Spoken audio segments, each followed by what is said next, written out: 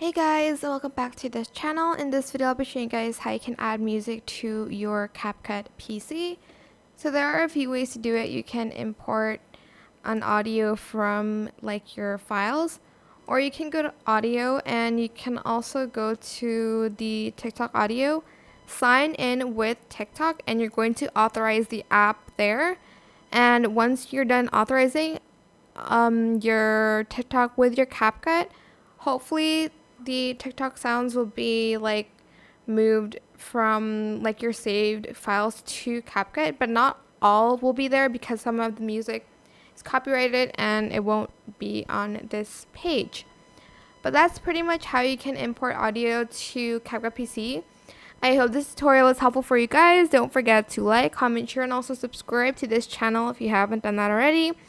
If you have any more questions about this video, leave it in the comment section down below. I'll try my best to answer them all for you guys. And if you found this video helpful, please click the thanks button as well. That is it. Thank you so much for watching. Bye.